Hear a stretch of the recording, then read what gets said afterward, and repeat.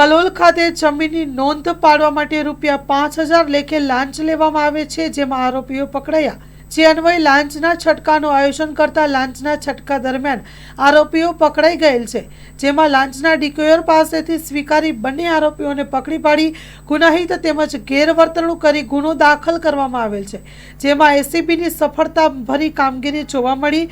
પકડાઈ ગયેલા આરોપીઓ છે પંકજકુમાર ગોવિંદભાઈ પરમાર ગાંધીનગર તેમજ રાજકુમાર હર્ષકુમાર જયસ્વાલ ઉંમર વર્ષ 31 ને ગાંધીનગર મધ્યથી પકડી પાડવામાં આવ્યા છે. એસીબીની સફળ કામગીરી દાખલ થઈ છે અને આ અંગે પોલીસ તપાસ હાથ ધરવામાં આવી છે. Story report by Vikramsinh Zala, Ahmedabad.